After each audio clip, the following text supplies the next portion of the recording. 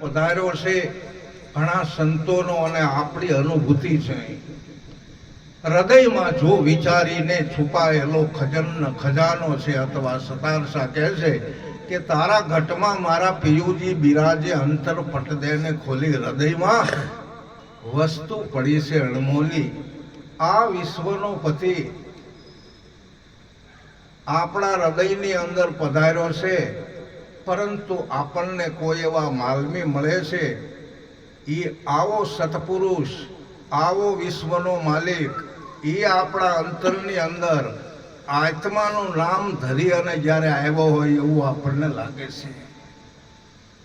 અને આપણને કોઈ માલમી મળતા જેનું સ્વરૂપ નથી પણ સદા સ્વરૂપ ધારણ કરી અને આપણને મળવા માટે અથવા સહેજે સહેજે આપણને કંઈક કહેવા માટે પધાર્યો છે. કારણ કે આપણને મળ્યા હોય ગુરુ, અને ગુરુ જો આપણે સત સ્વરૂપ તરીકે દેખીએ નહીં તો બીજે ક્યાં જોવા જવું.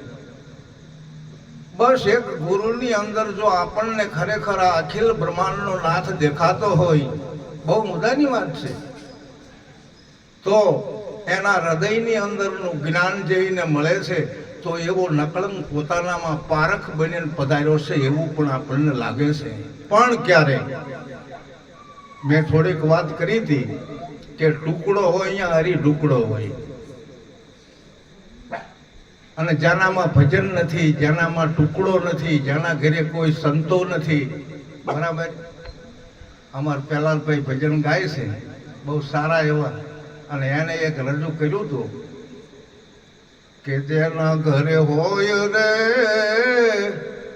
એ સદગુરુજીના જોન વાસા રે, ઉજલા રે જેના હોય આંગણા રે હોજી. જેના ઘરે સંતનો વિસામો હોય, જેના ઘરે સદગુરુ પધારતા હોય, એના ઘરના આંગણા ઉજળા છે, એના ઘરમાં રિદ્ધિ સિદ્ધિ આળોટે છે, એના ઘરમાં ભક્તિ આવી અને ઓવારણા લે છે, એના ઘરમાં મુક્તિ આવી દાસી બની અને બધા દરવાજે તાળા ઉગાડી નાખે છે. આટલી બધી વાત કરી છે સંતોએ. તો આવો વિશ્વનો જે નકલંગ ધણી, ચાહે રામદેવજી મહારાજ જે સ્વરૂપની અંદર હતા, બરાબર, 1461 ની અંદર જેમને કાયા ધારણ કરી અને એમાં પધાર્યો તો એ બીજો કોઈ નહોતો, એ 14 બ્રહ્માંડનો નાથ જ હતો. જ્યારે કૃષ્ણની અંદર દ્વાપર યુગની અંદર પધાર્યો હતો અને જેલમાં એમનો જન્મ થયો તો કાયાનો, અને એની અંદર જે કોઈ પધાર્યો હતો એ બીજો નહોતો, એ 12 બીજનો ધણી જ હતો. એમ આપણામાં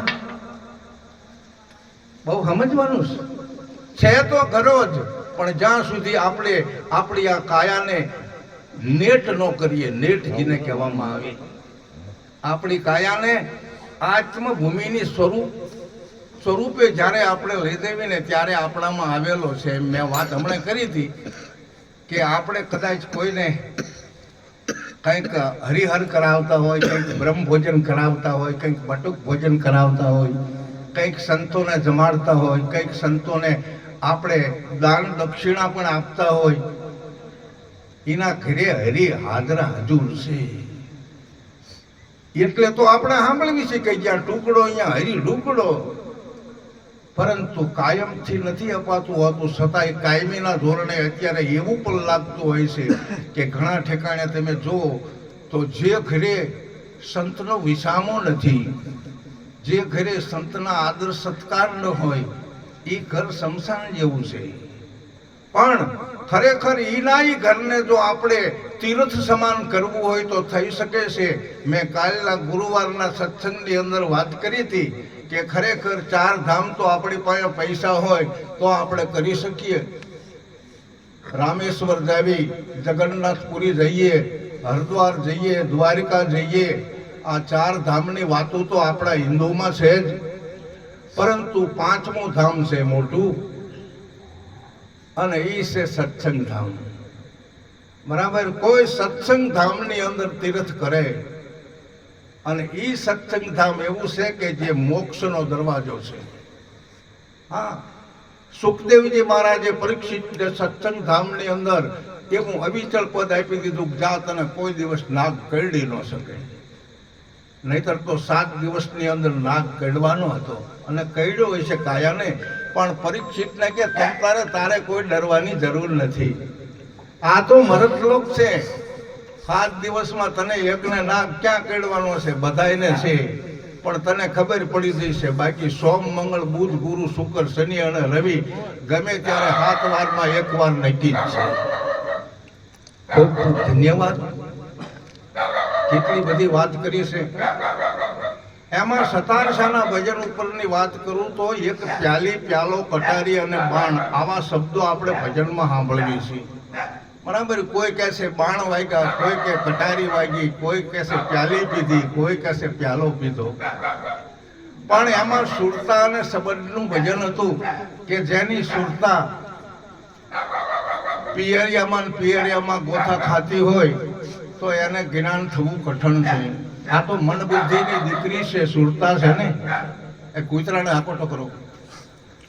મન બુદ્ધિની દીકરી છે સુરતા. અને આ સુરતાના લગ્ન એટલે જ્ઞાનીને થવું. કારણ કે જ્ઞાન તો આપણામાં હોવું જ જોઈએ ને. જ્ઞાન સહી અમૃતનો દરિયો છે. સરસ સવારમાં આમ એક ભજનની રજૂઆત કરો તો બધાને ગમે ખરું, પણ ખરેખર શબ્દના તોલ છે, શબ્દનું માપ છે, શબ્દનો મહિમા છે. જો